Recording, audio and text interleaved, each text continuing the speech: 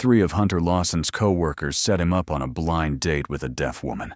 They hid a camera at the restaurant, ordered drinks they never intended to touch, and waited. Hunter had a reputation in the office: too polite, too composed, too careful with every word. They wanted to crack that. They wanted to see what happened when a man like him sat across from someone he hadn't planned for. What they got was not embarrassment, not discomfort, not a quiet exit. What they got was Hunter signing hello in ASL before she even had a chance to sit down. Hunter Lawson was not the kind of man people disliked easily. That was exactly the problem. He was a licensed therapist embedded in the HR department of Harmon and Merit, a mid-sized consulting firm in Chicago, and he had been there long enough that most people had stopped seeing him as a coworker and started seeing him as something closer to furniture, steady, unobtrusive, always in the right place. He listened without interrupting. He remembered names. He sent follow-up emails after difficult conversations to check that people were doing okay. Nobody asked him to do any of that. He just did it. Derek Walsh had been watching Hunter for 2 years and had decided somewhere around the 14-month mark that nobody was actually like that. Derek was 34, ambitious in the specific way that made him exhausting at lunch, and had been passed over for a team lead position 6 months ago, a position that, as far as he was concerned, should have been his. Hunter had not applied for it, but the manager who'd passed Derek over had mentioned Hunter by name, while explaining the decision had said something about the kind of professional culture we're trying to build. And Derek had not forgotten that. Stacy Pruitt and Ryan Kofer had their own versions of the same story. Stacy believed Hunter's calm demeanor was performance, a calculated softness designed to make everyone else look reactive by comparison. Ryan didn't think that deeply about it. He just found Hunter irritating in the way that genuinely decent people sometimes irritate those who aren't. The 3 of them had been eating lunch together long enough to develop a shared language about Hunter. Small comments, loaded glances, the occasional joke that wasn't quite a joke. It was Stacy who first said it out loud. Someone should find out what he's actually like when things don't go his way. Derek had picked up the idea and carried it somewhere darker. Ryan had gone along because he usually did. The plan was simple in the way that mean things often are. Derek had a contact, a woman named Megan Porter, who was deaf. He'd met her through a mutual friend and had quietly reached out, framing the setup as a genuine blind date with a colleague he thought she might like. He hadn't told her the rest of it. He had told Hunter even less, just that a friend thought they'd be a good match, that her name was Megan, that she was 31, and worked in graphic design, and that the reservation was for 7 o'clock at a restaurant called Harlow's on Michigan Avenue. Hunter had hesitated for almost a week before saying yes. That hesitation had nothing to do with Megan. It had everything to do with the fact that Hunter Lawson had not been on a date in 4 years. His wife Claire had died of a brain aneurysm 4 years ago. She had been 33. She had been in the middle of a sentence, something about repainting the hallway when it happened, and Hunter had been standing close enough to catch her before she hit the floor. Their daughter June had been 3 years old. She was 7 now and had her mother's eyes and her father's habit of going very quiet when something mattered too much to talk about. Hunter had built a life around June in the years since, structured, careful, full of small routines that gave both of them something solid to hold on to. He had not looked for anything else.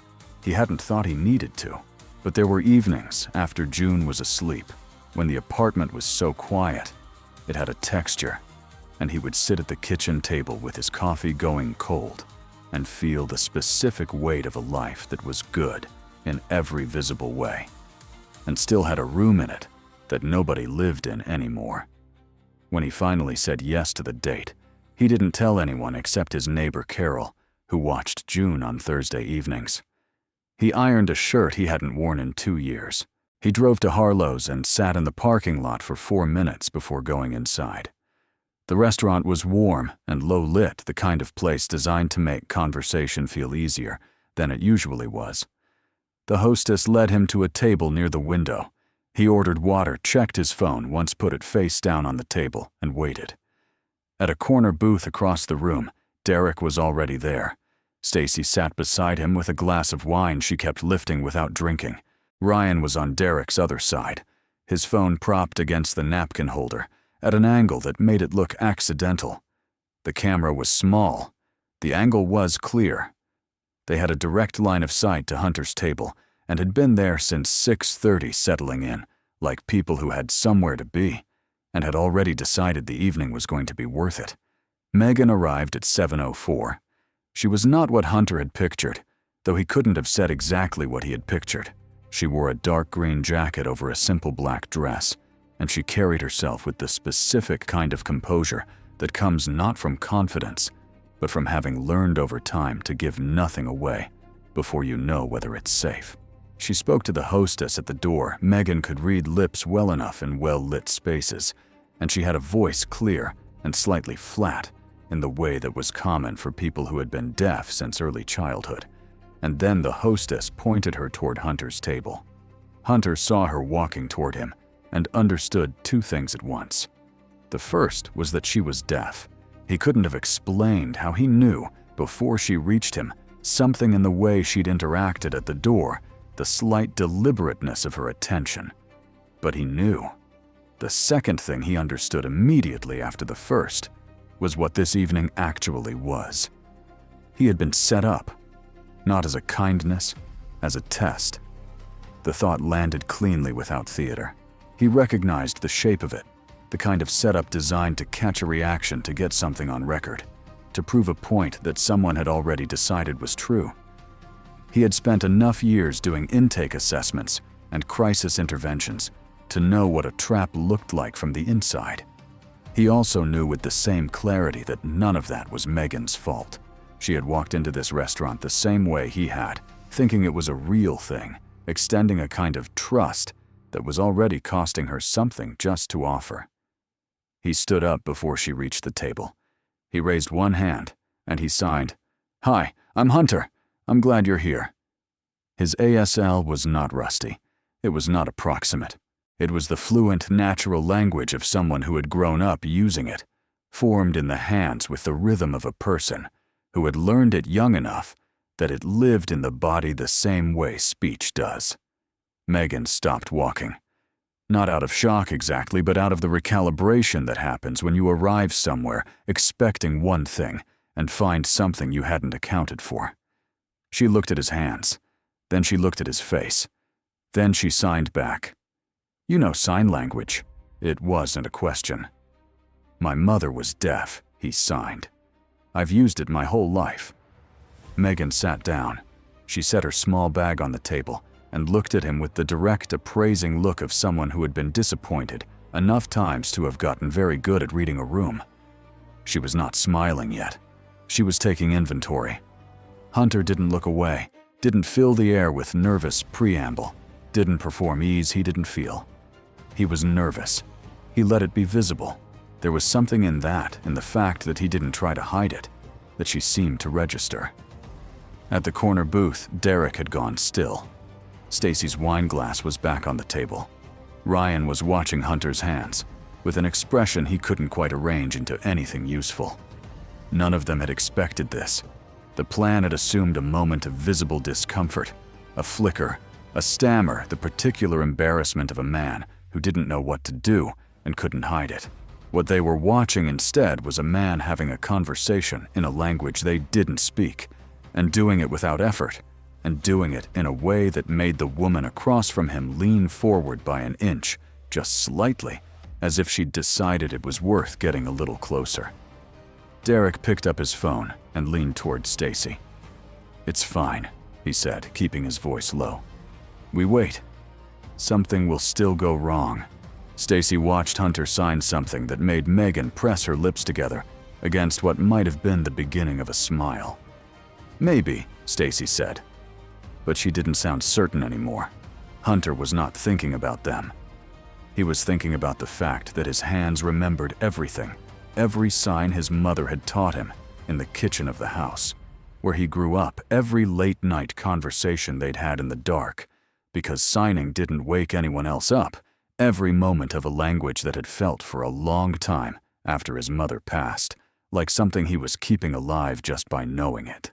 He had not thought until this exact moment that it might one day be useful in a way that had nothing to do with grief. Megan signed. So, do you always make a good first impression, or is this a special occasion? Hunter considered that for a moment. Then he signed, I'm usually more nervous than this. She looked at him. You seem nervous. Then I'm doing better than I thought. This time she smiled. It was small and controlled, and arrived like something she hadn't entirely planned on giving him.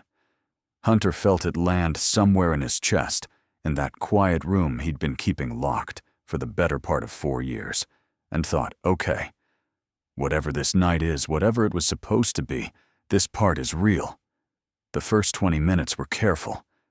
Not uncomfortable careful. There is a difference. Uncomfortable is when two people want to leave, but don't know how. Careful is when two people are paying attention, testing the weight of the floor before committing to a step. Hunter and Megan were both doing the second thing, and both of them knew it, and neither of them pretended otherwise. Megan had been on enough blind dates to have developed a system. She gave them 40 minutes, not because she was impatient, but because 40 minutes was long enough to know whether the person across from her was talking to her or performing for her. There was a specific kind of man who arrived at a date with a deaf woman already in character, louder than necessary, slower than necessary, nodding with the exaggerated encouragement of someone who wanted credit for being there. She had learned to spot it fast. It always showed up in the first 20 minutes, in the way they leaned in too far, or kept glancing around to see if anyone had noticed how well they were handling things. Hunter wasn't doing any of that. He was just sitting there, signing at a normal pace, leaving room for her to respond, without rushing to fill the space. When she said something he found interesting, looked interested. When she said something that caught him off guard, he let it catch him. He wasn't managing the evening. He was in it. That made her more careful, not less. The men who were obviously uncomfortable were easy to dismiss. The ones who seemed genuine required more scrutiny. You said your mother was deaf. Megan signed. What was that like? Growing up, Hunter considered the question the way he considered most questions, not stalling, just taking it seriously. Normal, he signed. Which I know sounds like the wrong answer, but it was our normal. We signed at the dinner table. We watched movies with the captions on. I didn't think of it as accommodation. It was just how we talked. He set down his water glass. I think I was 11 before I understood that most kids didn't know ASL. A friend came over after school, and my mom said something to me, and my friend looked at us like we were doing something unusual. I genuinely hadn't thought about it before that. Megan watched his hands. There was a quality to his signing that she recognized, not just fluency but ease. The kind that comes from a language used in love, not learned in a classroom. Is she still alive? She signed. No. Hunter signed. She passed when I was in my mid-20s. Heart failure. He said it plainly without the performance of grief, the way you talk about something that has been with you long enough to become part of your shape. She was the most practical person I've ever known. She didn't have patience for people who felt sorry for her. She would have found that exhausting. Megan smiled at that, a real one, wider than the one she'd given him earlier. I know that feeling, she signed. I thought you might, he signed back. At the corner booth, the mood had shifted from anticipation to something none of them had named yet. Derek was still watching, but the confidence had gone quiet in him, replaced by the low-grade irritation of someone whose plan was not unfolding on schedule. Stacy had stopped pretending to look elsewhere. Ryan was on his second drink and had barely touched it. He's just talking, Ryan said. Derek kept his eyes on the table across the room. I know he's just talking. What are we waiting for? Derek didn't answer because the honest answer was that he wasn't sure anymore. The trap had been designed around a specific assumption that Hunter's decency had limits that would show themselves under pressure. The pressure was supposed to be Megan. Instead, Megan was laughing at something Hunter had signed, covering her mouth briefly with one hand, and Hunter was watching her, with an expression that Derek found for reasons he didn't want to examine genuinely unsettling. Back at the table, the conversation had moved somewhere neither of them had entirely planned to go. Megan had asked about his life outside work, casually, the way you ask when you're trying to understand the shape of someone, and Hunter had told her about June, not as a disclaimer, not as a test to see how she'd react, but because June was the largest fact of his life, and pretending otherwise would have felt dishonest. "She's 7, he signed. "She's in 2nd grade. She likes drawing, and she has a strong opinion about which dinosaurs are underrated, which I've learned to take seriously." He signed dinosaurs with the particular care of someone who wanted to get it right. She talks a lot when she's comfortable and goes completely silent when she's not. I understand that about her. Megan studied him. "You're raising her alone?" "Yes." "Since when?" "She was 3. Hunter signed. "Her mother died 4 years ago."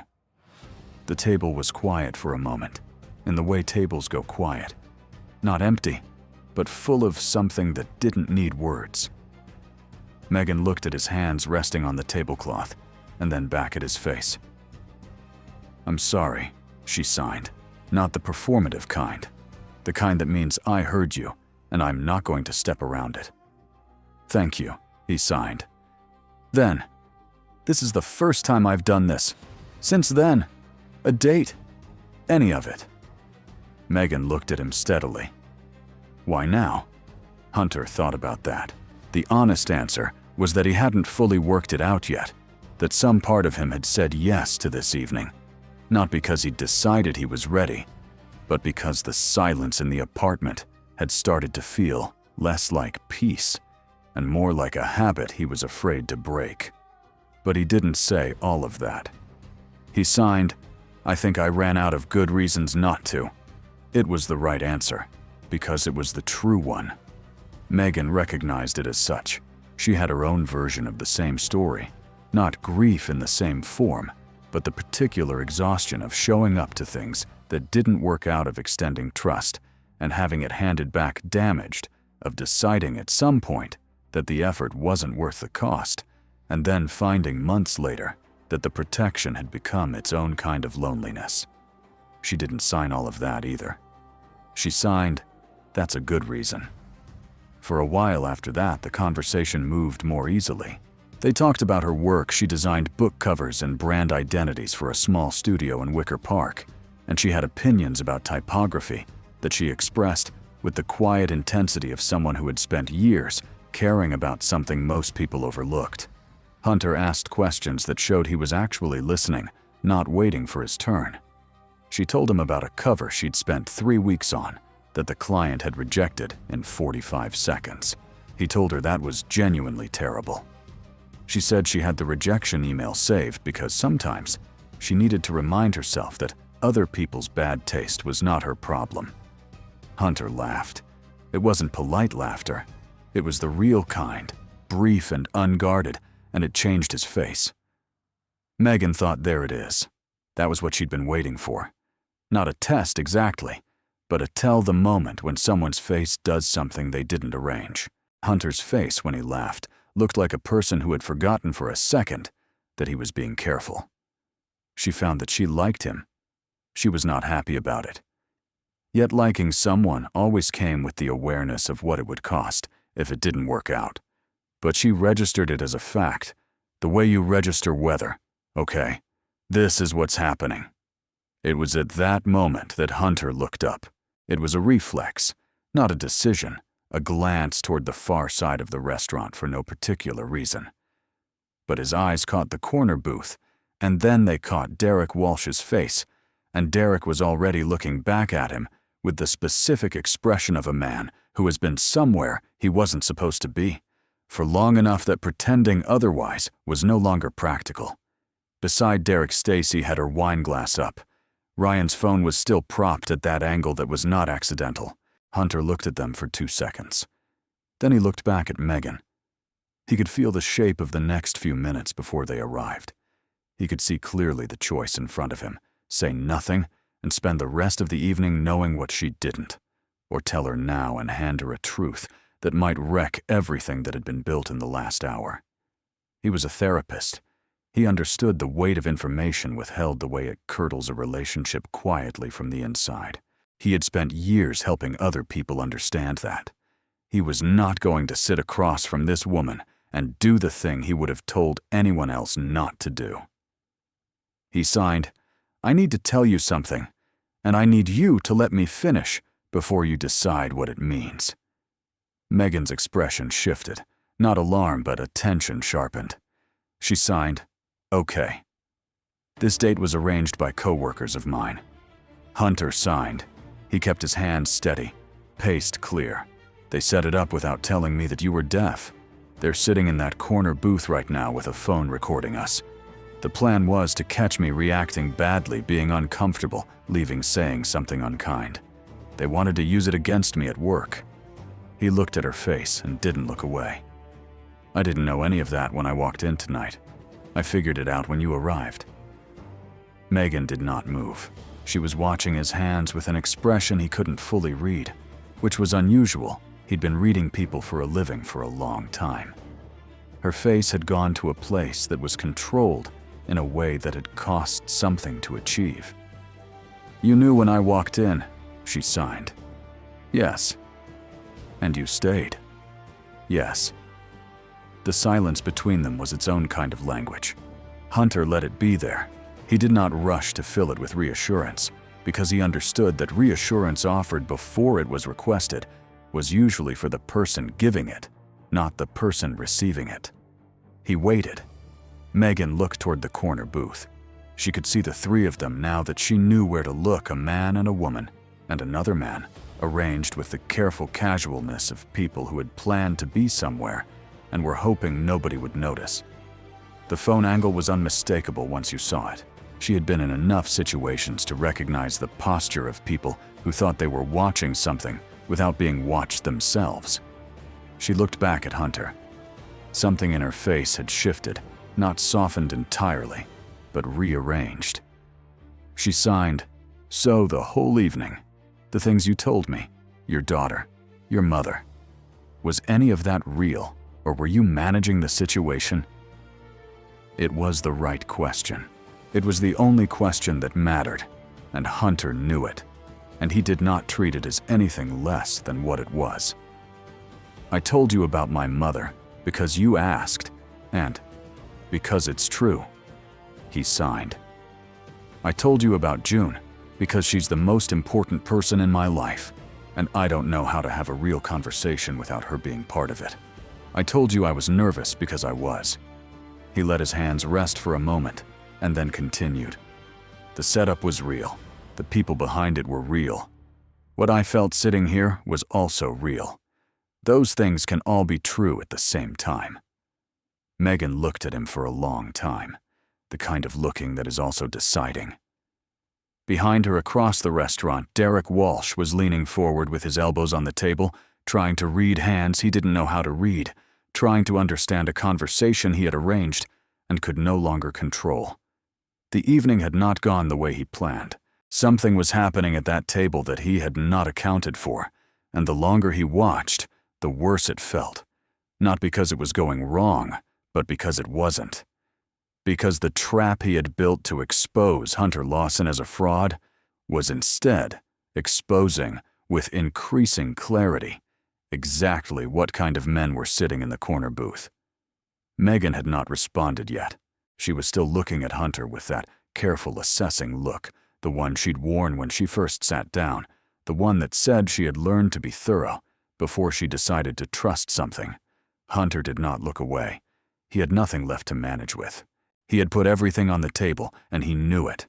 And there was a particular kind of fear in that. Not the fear of being rejected exactly, but the fear of having let yourself want something enough that the losing of it would cost you. He had not felt that in 4 years. He had not let himself.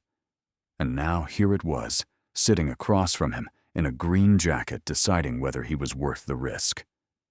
Megan signed, "I need a minute." Hunter nodded.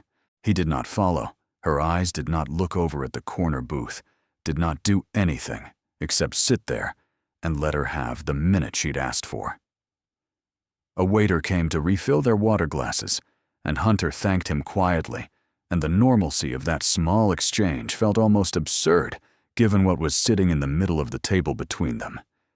Megan was looking at her hands, which were flat on the tablecloth.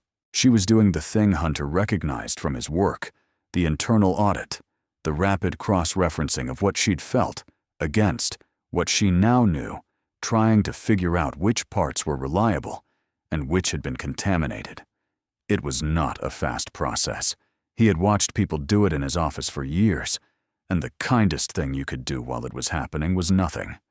She had been here before. That was the thing that made it harder. Not with this exact situation, but with the shape of it. The moment when something that had felt real turned out to have been set up by someone else's agenda, and she was left trying to figure out whether anything in it had actually belonged to her. There had been a man 2 years ago, a friend of a friend, who had asked her out, and then, on the third date, admitted that his buddy had bet him $20 he wouldn't ask out a deaf girl. He had said it like a confession that should earn him points for honesty.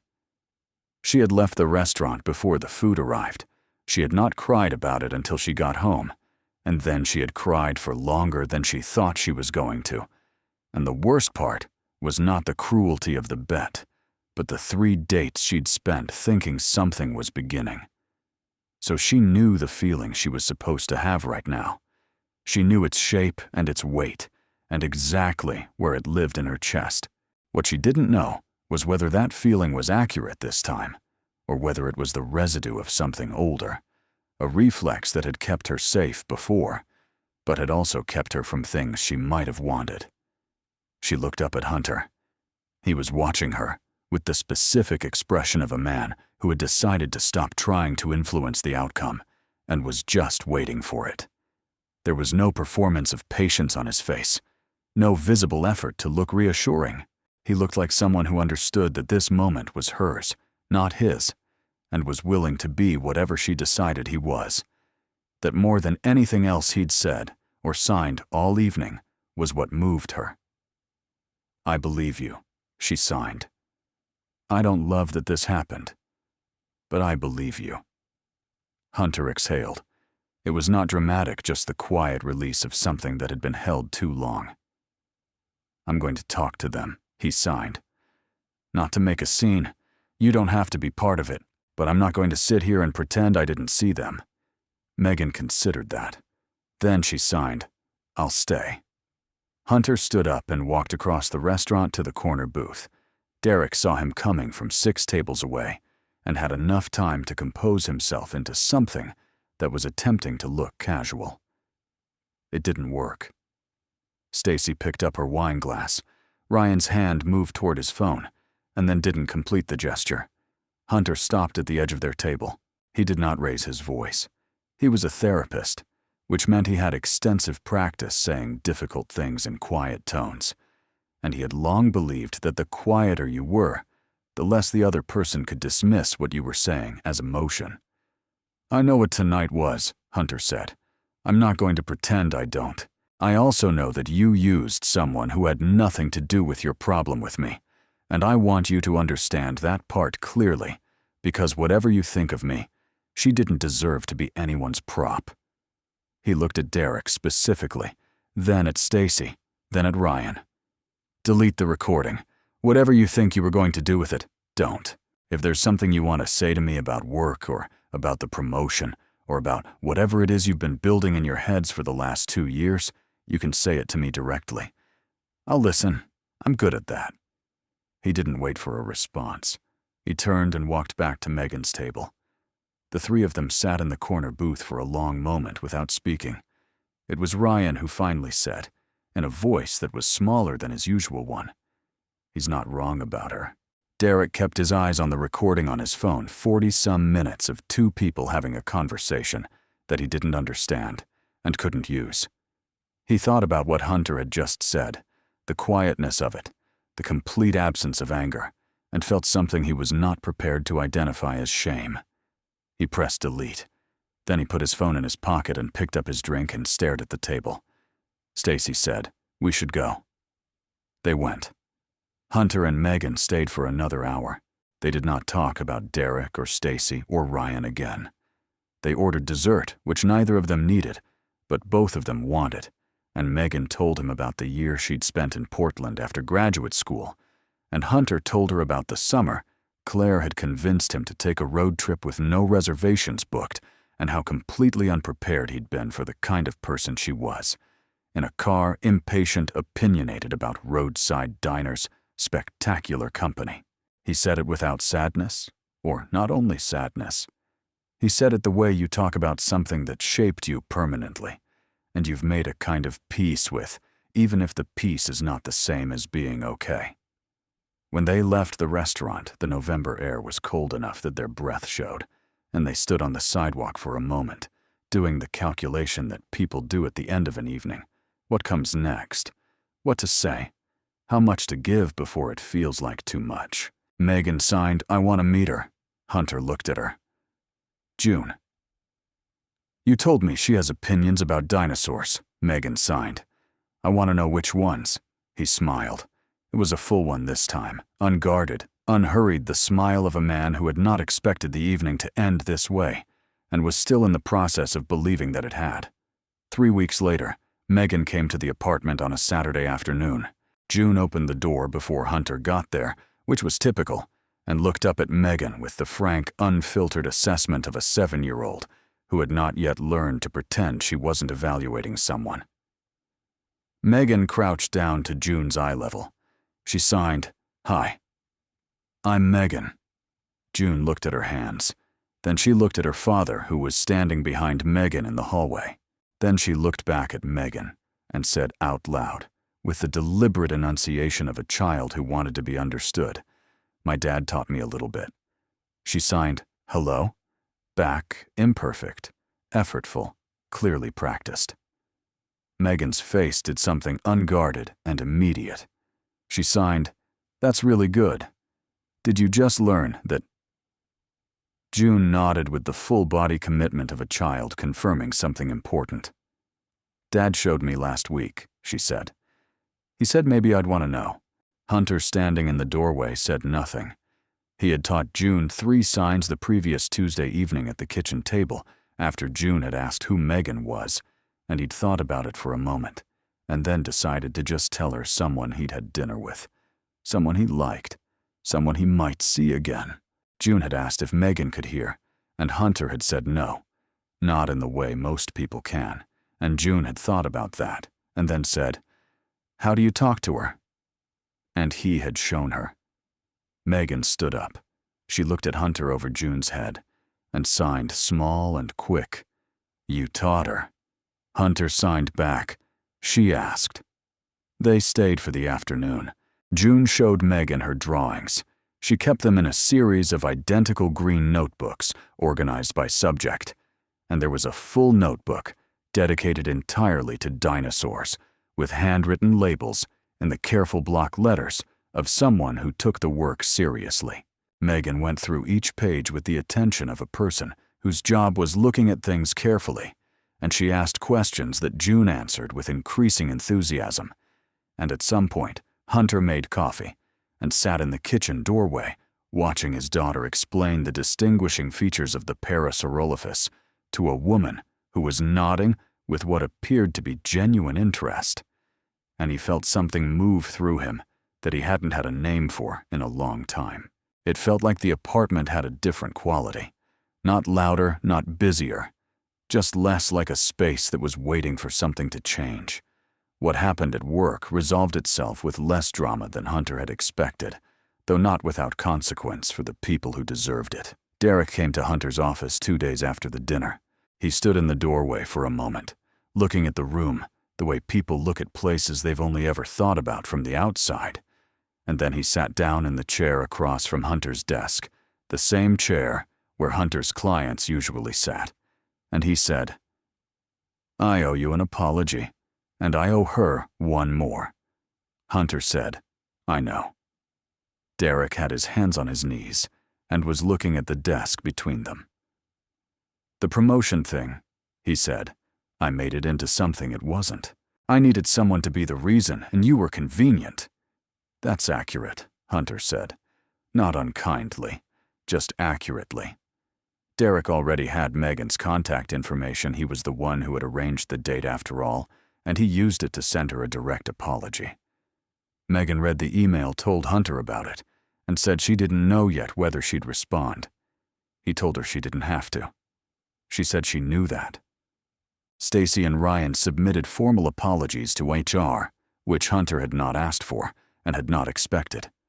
The recording had been deleted, as Derek had confirmed in his office that Monday.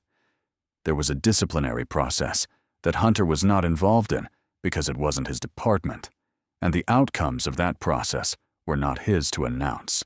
What he knew was that by the following month, the dynamic in the office had shifted in the quiet but unmistakable way that things shift when something hidden has been brought into the open.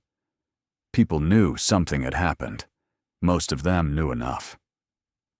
Hunter was offered the senior position, a new role expanded from the one Derek had wanted, focused on organizational culture and staff well-being in February. His manager said it was based on performance and trajectory, and the kind of professional judgment that was hard to teach. Hunter thanked her and said he was glad to take it. He did not mention the dinner. He didn't need to. The proposal happened in May on a Saturday morning in the apartment. This was not planned the way proposals are usually planned. No restaurant, no choreography, no moment engineered for maximum effect. Hunter had thought about doing it differently. He had thought about it for several weeks, turning it over, considering the options, and what he kept coming back to was that the things that had mattered most in his life had not happened in special places. They had happened in ordinary spaces that became permanent because of what occurred in them. The kitchen where Claire had been standing when he caught her. The hospital waiting room where he had held June for the first time and understood what it meant to be responsible for a life. The table at Harlow's where he had signed hello to a woman he hadn't expected and felt something begin. June was at the kitchen table working on a new notebook. She had started on marine animals, which she had decided were underrepresented in her collection. Megan was on the couch with her coffee looking at something on her laptop, her feet tucked under her, in the way she always sat when she was comfortable somewhere. Hunter sat down beside her. He waited until she looked up, and then he signed. "I want to ask you something." Megan closed her laptop. She looked at him with the careful, full attention she gave to things that mattered. "You came into an evening that was designed to be unkind. Hunter signed, and you stayed through something that could have ended badly, and you drove home alone and trusted me anyway. And then you came back. You keep coming back. And you sat on the floor of June's room for 40 minutes while she explained crest morphology to you, and you asked follow-up questions." He felt his hands steady themselves. "I want you to keep coming back, not as a visitor. I want you here." He had the ring in his jacket pocket, simple, not large, the kind of thing he had looked at for a long time before choosing, because it felt like her. He took it out now and held it in his open palm. From the kitchen table, June had gone quiet. She was watching them with the still wide attention of a child who understands that something significant is happening and has chosen to witness it properly. Megan looked at the ring. Then she looked at Hunter. Then she looked over at June, who was gripping the edge of the table with both hands and appeared to be holding her breath. Megan signed to June. "What do you think?" June signed back, the sign still imperfect, still clearly learned by a child from a parent at a kitchen table. A single word: yes. Megan turned back to Hunter. Her eyes were bright, and her face had the expression it got when something had moved through her defenses before she'd had a chance to decide whether to let it in. She signed, "You coached her." Hunter signed, "She asked what it meant." Megan took the ring from his hand. She looked at it for a moment, and then she slid it onto her finger and looked up. She signed yes. June made a sound that was not quite a word, something between a gasp and a cheer, and scrambled off her chair and crossed the kitchen in 4 steps and inserted herself between them on the couch with the zero hesitation physicality of a child who had decided this was where she belonged. Hunter put one arm around June and reached across her for Megan's hand. The apartment was full of light. Outside, Chicago was doing what it did in May, still cold in the mornings, but moving towards something warmer, the way things do when the worst of it is finally behind you. The evening at Harlow's had been built to break something. It had not broken anything. It had started this instead, this ordinary Saturday morning, this child between 2 adults who had both believed at different points, and for different reasons, that a second chance was not something that happened to people like them. It turned out they were wrong about that.